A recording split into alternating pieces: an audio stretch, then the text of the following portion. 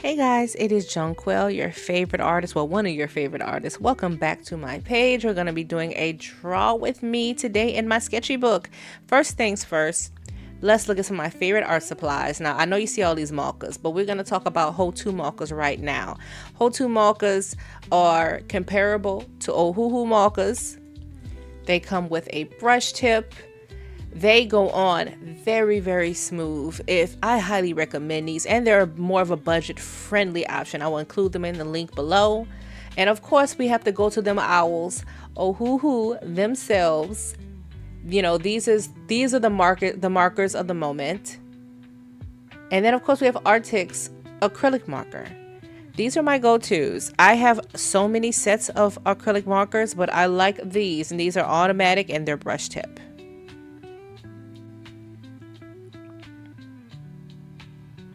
Another thing that I really love, I absolutely love Prismacolor markers. There are other ones on the market, but Prismacolor gets it done. Then for line drawing, definitely these Ohuhu drawing ones, but these are the coup de grace. These are the ones I want to talk about. This is my secret weapon. These are acrylic pens. So there's paint in these. And then if you want to do the neon route, you see me use these all the time. These are Arrtx neon. You definitely want to get these if you're going to get into these. And then my trusty dusty sketchbook that I put all my stickers on. Now let's get to it. Now, I promised you guys in my last video, the Strawberry Girl video. If you haven't seen it, please go back. I absolutely love the way the Strawberry Girl came out. I told you guys that in my next Draw Me video, I would break down what I use to create all the stuff. I am a mixed media artist. For the most part, I will always use more than one medium. The exception being when I'm using acrylic paint markers, because sometimes I like to just do mini paintings with them. But this piece right here, I will be using my full arsenal that you saw in the lineup back there. So I'm going in with HOTU and Ohuhu markers, and I'm just laying down my base layer of alcohol markers. I always use alcohol markers as my base. I get my colors down, I get the vibe going, and then later on you will see me pick up all the other tools to start bringing out detail. But most of the work is done in this phase, and anything else I have to add will be done in detailing. And remember, when you're working with alcohol markers, first of all, make sure you have something underneath them, because they do bleed through. Even in this book, they bleed through. But you're going to go light to dark. And if you know you're going to have certain things as highlights, you put those in soon. Just like you saw me put that really rouge fuchsia pink color. I wanted to make sure that was in there, because I know if I went in with the blue, I would not be able to get that vibrant pink. And you see me going in here, adding in my second layer. And the way that I'm able to achieve really good blends is I always keep the base color handy, so that when I put down my darker color, you'll see me pick up the base color that's underneath, and you'll watch it literally blend it out for me. And this also shows you the importance of having really good paper. I know a lot of you like to color with markers in your coloring book, and unless you have a coloring book made by me, you may have some results that vary, because not everybody uses 120-pound cardstock. That being said, please make sure you go check out my coloring books if you like my artwork. So the vibe I wanted here was, I didn't want human looking mermaids, because they're mermaids. I highly doubt that if they're living in aquatic waters that they're gonna look like us. It's lovely to see the Disney and the fairy tale versions, but I just cannot see them, if they actually existed, looking like us. So in my vision, they look like the environment that they live in. And these particular girls that I'm creating, they live in more of a tropical environment, a little bit of coral reef. So I was looking at a lot of tropical fish. I even created a special board on Pinterest that was just nothing but tropical fish and like coral reefs. My accent kicks in, y'all. You're gonna have to deal with it when I'm talking, but that allowed me to have more fun and be more imaginative and bring the color in and be more expressive. You get it, the extra, because why do less when you can be extra? And also, I didn't really want to overthink everything. what I've been trying to allow myself to do is have my sketchbook be my playground, my sandbox. I'm always so careful when I'm thinking of how to draw things, when I'm putting together a collection. Sometimes I'm too careful and I end up having paralysis by analysis. Is it paralysis? Analysis by paralysis. Paralysis. I end up having paralysis by analysis. And there was this part of me that almost felt like if the work wasn't going to make me money or make me viral or give me some type of validation, that it wasn't worth making. I know a lot of you feel that way too. I know I'm not the only one. Social media has really done this to a lot of us, where we feel like if we post our artwork that we spent hours on and it only gets a few views, maybe a couple of likes, maybe a comment or two, that maybe this wasn't worth it. Because, you know, you put your heart and soul into this and you trust it to an algorithm. And then we get upset when it doesn't get seen. And after a while, that starts to affect our artistic self-esteem. And you start to think, well, maybe it just wasn't good enough. And this especially happens when you see other artists going viral or seemingly living their lives. I say seemingly because you never know what's going on behind the scenes. Because there are several people who look at me and think I have it together because I have a large following on TikTok. And I'll be like, I am barely holding it together, guys. I operate like Courage the Cowardly Dog on a regular basis. So I am giving myself permission to be fun and free and just have fun with this sketchbook of mine. And you see me here layering down her tail. I'm going in with like a more of a stippling method, and I'm moving from more cool blues to warm blues. You see the transitioning happening, and you see that pretty transition in her hair. The trick point when you're picking out colors, something like this for the hair, you want to get colors that when they go on top of each other, they blend and they make you a completely different color. So I have like that really bright neon blue and that really bright pink, and when you go, the two colors blend to each other, I get that purple.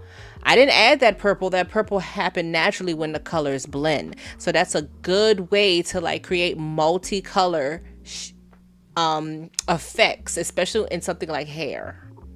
Which gives me a bit of a leg up because sometimes I struggle with long hair, especially if I'm trying to do waves. Natural hair I pretty much got down, but sometimes that long wavy hair, that wet wave body look kind of gives me trouble at times. And I'm honestly really making this up as I go. I do not have a plan for her. I'm really just making this up.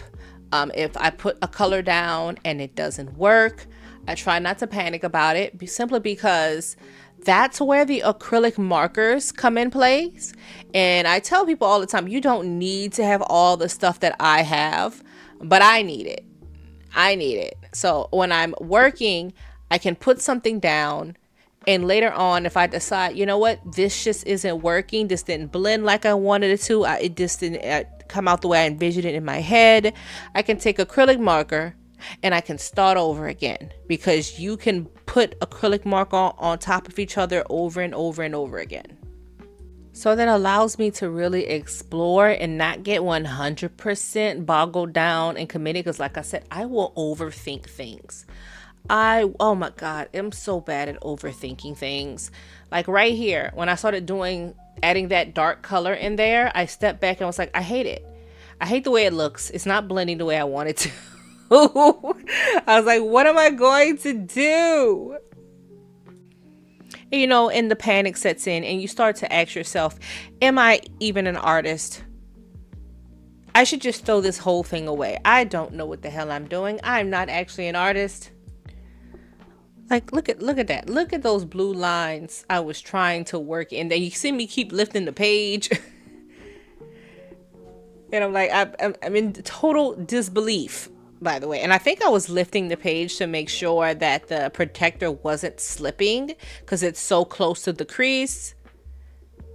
That, or I had markers trapped underneath. I don't know. I need a bigger space. But I got to the point to where I was like, okay, now we can start bringing out the color pencil, because I may pick up more markers along the way, but we were in a good place to start picking up the color pencil. Now, here's the thing when it comes to color pencils. I don't like using black if I can help it. My go-to darkest color pencil is indigo blue. Indigo blue acts as my black, and I also like to use dark purples. Those are usually my main two. I go to a nice dark purple, a violet, indigo blue. Those shades I use mainly for shadows, because in real life shadows they're not black. Shadows are not black. They're usually a darker color, reflective color of whatever is hitting them.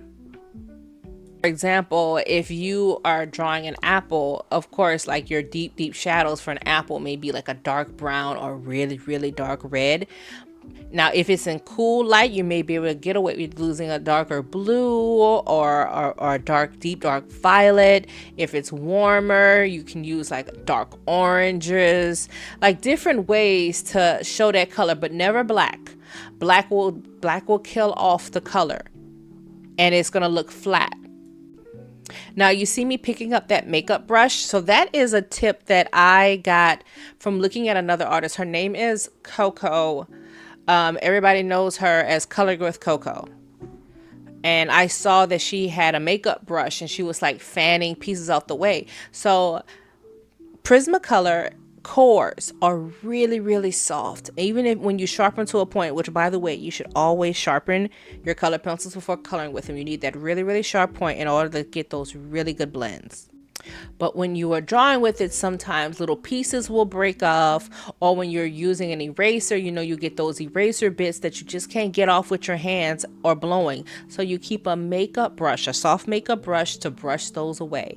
Now I'm moving on to my favorite utensil, which is the acrylic paint pens. This is not gel pens. These are paint pens. There's paint inside of those, and those are such a fine tip. See like the little areas I'm able to get in here and detail with them. Yeah, I'm gonna zoom in for you so you can really get that detail. So I found like this random fish, because I said I was looking up tropical fish, and I saw that a lot of tropical fish had like these patterns all over their bodies, not just in their tails, but all over their bodies. So I was like, okay, we need to bring the fun, not just in her tail, which is where you usually have when you're looking at mermaids. We need to bring it up to her face, up to her entire body. So let me try to make these patterns, and I used the gel pens to go over her face because I knew it would make it nice and vibrant. And I also decided to make her eyelashes like a pink, which, fish should not have eyelashes. There's something that's wrong with it, but she's still a siren. She still has to call the men into their watery depths. So she's still got to be a baddie at the end of the day. Now, for the people who have been following me on TikTok, you will recognize this marker I have in my hand. This is the red onion marker. I hate this marker. Yes, I have a personal vendetta with a marker. If you go to my TikTok, you will see that me and this marker have been feuding for 40 days and 40 nights. Feuding with an inanimate object? Because when Ohuhu sends you markers, they are out of goddamn order. Every marker be everywhere. All the money we be spending, they don't spend no time arranging that thing. Instead, you gotta arrange them yourself. I was looking everywhere to find that marker, only to find it mixed up with a bunch of purples. And it's labeled as a red. And I did not see it because it was with the purples. And then once I mentioned that on TikTok, everybody started treating me like I was stupid, saying, well, it was with the purples because red onions are really purples. And I was like, well, if you so smart, tell me why Ohuhu labeled it as a red. But I digress. I done got so far off a subject that y'all done missed half the things that I did. Did you see when I was doing the tail that I went in with that acrylic marker and I fixed it like I said I would? I tell you, the acrylic markers come in handy. Now I'm adding even more detail with acrylic marker and with color pencils to give her this pattern. I don't even know what it's called. It's this pattern was on one of the fishes. I don't know what type of fish it was. I found it on Pinterest. Didn't give no information. But I was like, I'm gonna put that pattern on her tail. And this is like my favorite part of creating. Like when you're getting down to putting those nitty-gritty details in it that start to actually like make the character. And this is where I say, this is where those acrylic markers come in, because look at all of that, those little dots.